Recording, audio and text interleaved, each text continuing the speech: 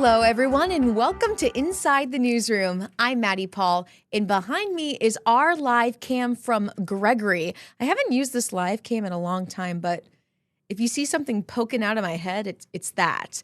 Just so we're all on the same page for Inside the Newsroom today, we bring you the trending stories of the KELOLAND area, and we bring in our newsroom staff members to talk about how they created those trending stories that you see every day on our newscasts and online at KELOLAND.com. Now, let's think about that weekend for a second. The cold was insane. I mean, we really are in the thick of December, which means when kids are walking to school or enjoying recess during the weekdays, they do need to bundle up. So Jordan DeSmit explains how one Sioux Falls woman is helping an entire class of first graders enjoy their time outdoors comfortably. In her free time, you might see LaVon Kruger with a crochet hook and yarn.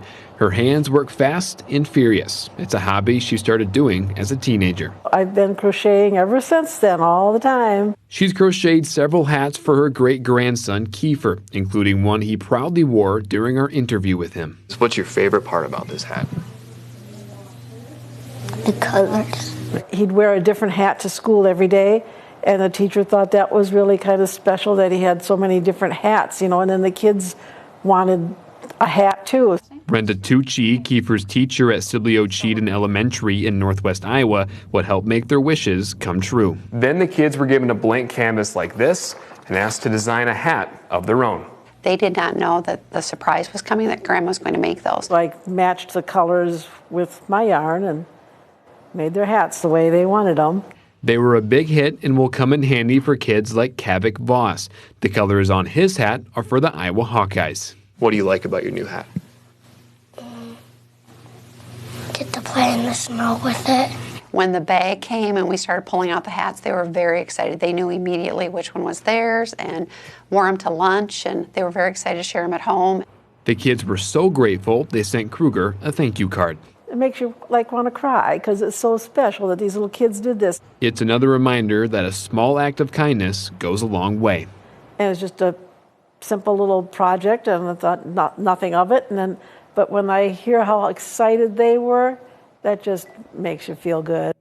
Now I can't stop smiling. Jordan DeSmit joins us at the digital desk to talk about this really fun and creative story. Jordan, how did you learn about this story idea? Yeah, it was on a Sunday night. One of her friends called our station, called us, and it came at the perfect time because I kid you not, 20, 30 minutes before that, I had a story fall through. So I saw that story. I'm like, yes, I need to jump on that. Well, besides the time that you had to get a story and create one, what drew you into this story and what were you really curious to find out about? I mean, whenever I can do like a heartwarming, cool story like this, that's what really drew me in. And I feel like it was unique, right? It was a woman making a whole class, a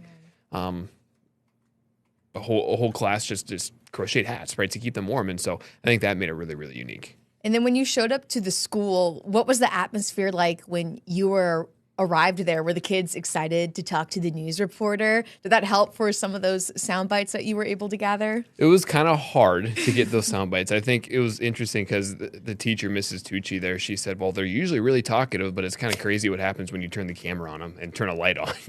I bet the light really kind of scared them. So it was a little hard to get them to talk to me, but we made it work, and they were really nice, sweet kids. Right. I asked you this as the package was playing, but when you were doing your stand-up and talking about the hats and you held up one colored hat, was that the design that you created that you would like crocheted? You know what? I think if I were to design a hat, I think I would design it like that. But I did not design that myself. No, I'm a big Iowa Hawkeye fan, just like Kavik was there in the story. So I think I'd love a black and yellow hat to rep my Iowa Hawkeyes. But no, I did not design it. But maybe I might have to design one for LaVon. I think she'd make me one. See, when you had that kid come on for the Iowa Hawkeyes, I was like, of course Jordan picked that one. I had he was to. able to find it. I had to. I knew it. Well, while you were there, did anything unexpected happen or anything surprise you, or it was all pretty much expected how it was going to go? I think it was pretty expected how it was going to go. I think when like the line of kids kind of went into the classroom. Sorry, my watch went off. But yeah, when the line of kids went into the classroom, they're like, who is this guy? And I was like in my red coat too, so I stood out. There's no way you couldn't notice me. And it was probably something that they weren't used to seeing. And I think I always like seeing just reactions like that. with little kids. So, what do you think was one of the most important visuals that you had to capture for the story? And then what was your game plan for capturing it? for sure, the hats, right? And I think it was just interesting because, when you're at an elementary school like this, you got to worry about just kind of privacy stuff and stuff like that. So the two kids that I talked to, they kind of talked to their parents beforehand, but so it was hard to like get the hats themselves, but I wrote it in a way to make sure that I pointed out that these kids were wearing the hats that Levon made them, right?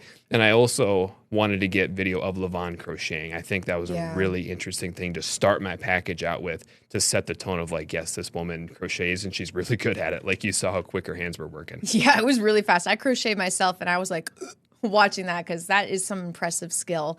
And, last question for you here. What part of the story were you most proud of capturing and or sharing? I think just the emotion. I think the soundbite that really struck to me was Levon saying, "Oh, it makes you want to cry," referring to the thank you card. Because, she really enjoys doing this, and I think it meant a lot to her that those hats meant a lot to the kids. So that was really cool. Well, Jordan, thank you so much for coming here and sharing those details at the digital desk. And everyone, stick around. We're actually done talking about winter gear, but we're not done talking about this winter weather whiplash. In fact, Brian Carstens will join us next to look at how he produces weather shows for us all to learn. Stay with us. We'll be right back after the break.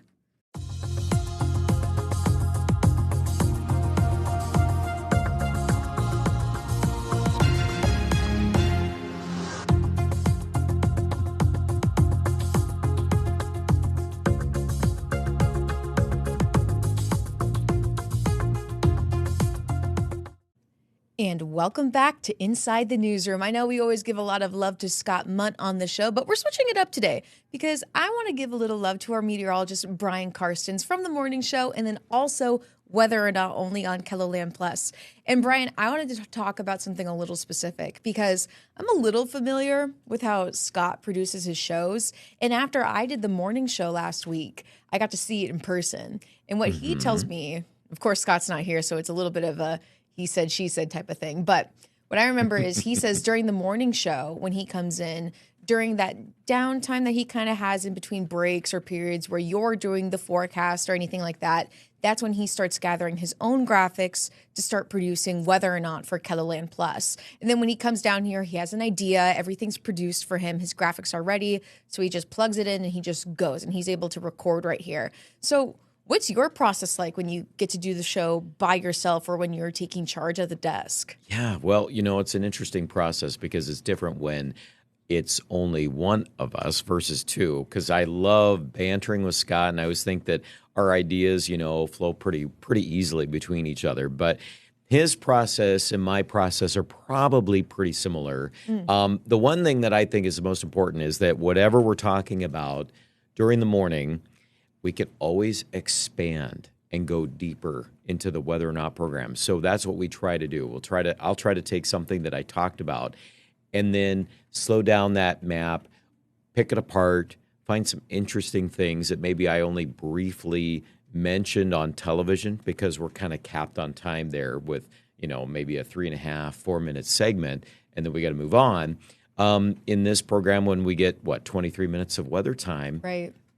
That gives us a little more freedom to move around a little bit. And that's what we're doing today on the program. And that's what we're going to be doing all week here because we've got wind, big changes, things that keep people kind of glued in on weather, even though the weather's kind of nice this week. It's melting.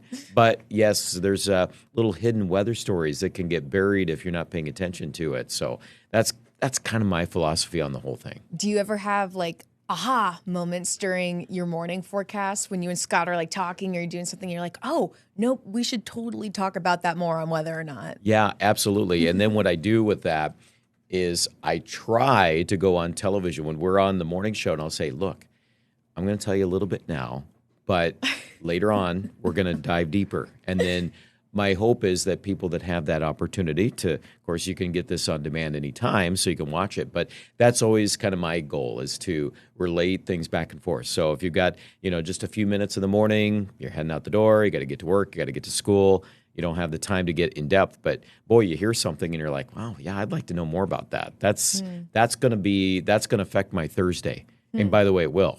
we've got a Thursday forecast. It's already a high wind event. It might snow, might not snow. We're kind of watching all that. So those are the kind of things I like to put little flags out and then say, okay, come back, come to this show, and then we can process through that. Because if we can sit down and think about it, just having a conversation about these weather topics, sometimes I can kind of clear the decks a little bit about what this is and what this isn't, so that we don't have to necessarily get worried about something that, maybe you heard, there is going to be a lot of wind on Thursday. But as we talk about that on the program, there's certain sections of South Dakota where that story is much worse. And this time around, I'll tell you, I'll give you a little preview. West River probably will end up with the worst wind based on what we're looking at right now. Last week, it was Aberdeen and Sioux Falls where the wind was 70 to almost 80 miles an hour during the overnight. And the other difference is this time around, it's going to be during the day. So all of it, well, I shouldn't say all of us. Some of us have night jobs.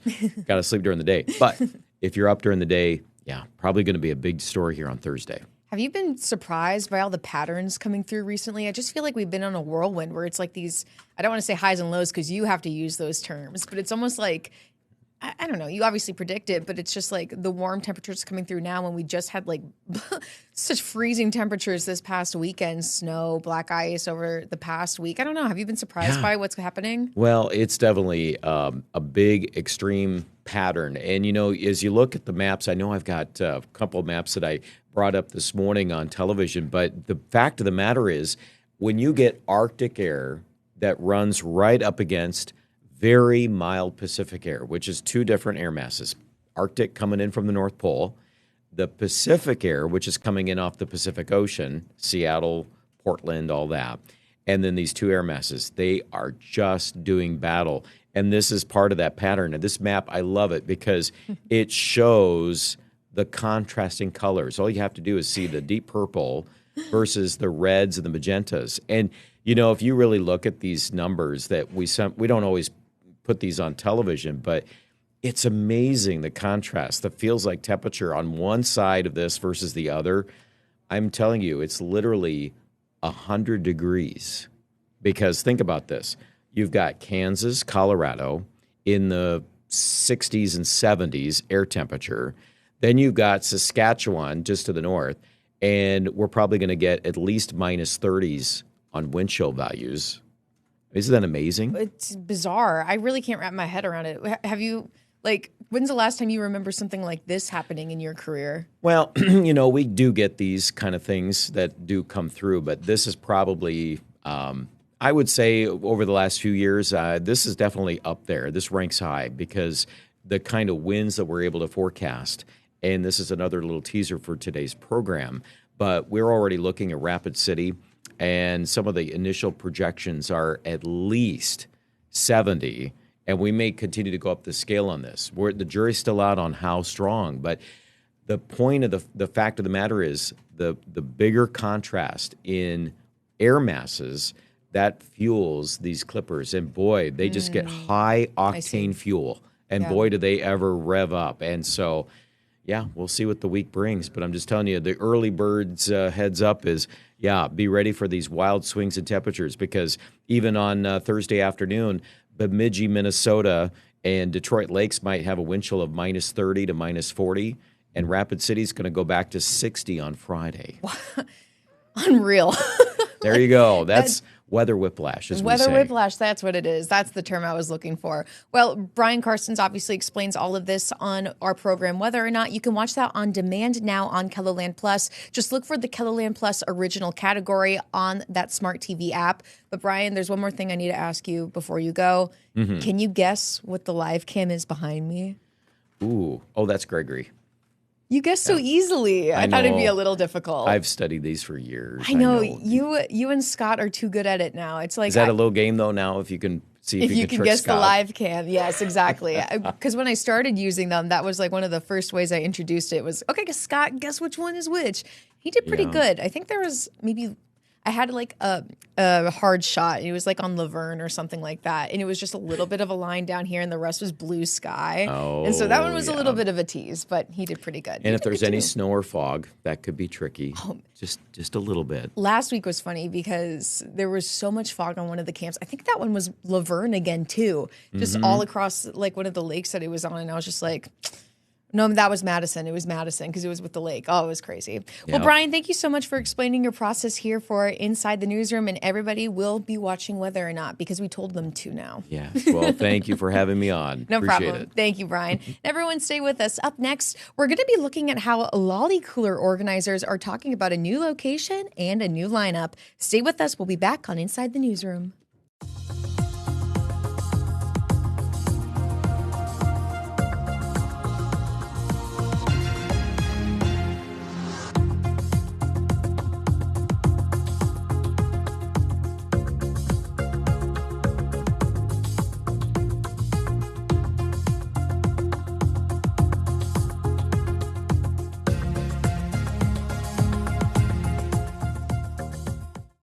And welcome back to Inside the Newsroom. A Sioux Falls Music Festival is returning for its second year at a new location. In a KELOLAND.com original story, our digital reporter Marissa Brunkhorst spoke to one of the festival's organizers about the change and what the lineup might look like. Marissa, to start, I always surprise myself when I remember that last year was actually the first year for Lolly Cooler, and you got to speak with Darren Smith about that success. But this story also looks at the future more than remembering what was Lolly Cooler for this past year. So how did you decide what story angle you were going to take? And did that change at any point as you were gathering material? Yeah, well, the biggest thing that drew me to this story was obviously this is the second year of Lolly Cooler. We'd been following it from the previous year, but they chose to go with a new location this year. And that got me really curious about what could this lineup look like? What could this event look like with any changes with this new venue? So that kind of like is what, yeah. I kind of stuck through that through the whole way through too. I like it. I like that it looks ahead. And the festival is making that move from the Great Bear Ski Valley to the Birdcage.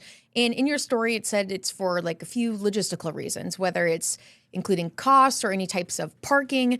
And when it comes to explaining those types of points, like why they're moving or what it could look like in the future, how did you want to write it? Did you want to write those points to make it easier for viewers to understand? Did you want to make it conversational? Did you want to make it less of your voice and more of your interviewee talking? Like, how did you want to write those points as you were breaking down all of those reasons?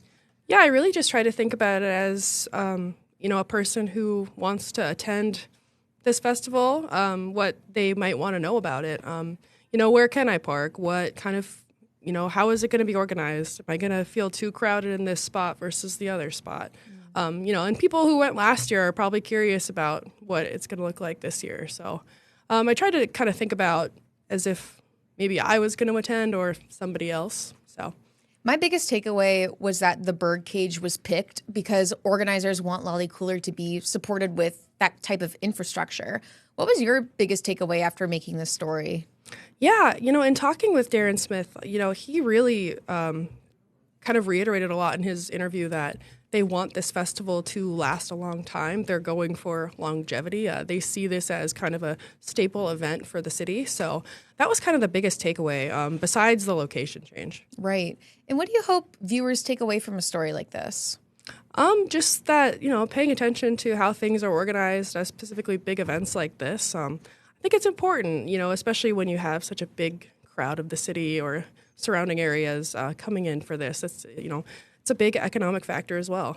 And I think everyone's thinking about it in their mind right now. So I have to ask, do we know anything about the lineup? Any hints? No, we don't. They said that we can expect that early next year. But he said that it's going to be a very similar genres to last year. They say it's a multi-genre festival. So, we can definitely expect some country, pop, and hip hop, hopefully. Well, yeah, I'm ready to dance. Not hopefully, but I'm ready. I want to DJ it. Put me in, coach. Well, is there anything else that you'd like viewers to know about this story? Just give it a read. Yep. I think you covered everything. Thank you so much, Marissa. And everyone, you could read Marissa's story by heading to our website. Just scan that QR code that you see on your screen right now to take you to our KELOLAND.com homepage where you can find Marissa's Lolly Cooler story. And stay with us. We're going to have much more to come on Inside the Newsroom when we come back after the break.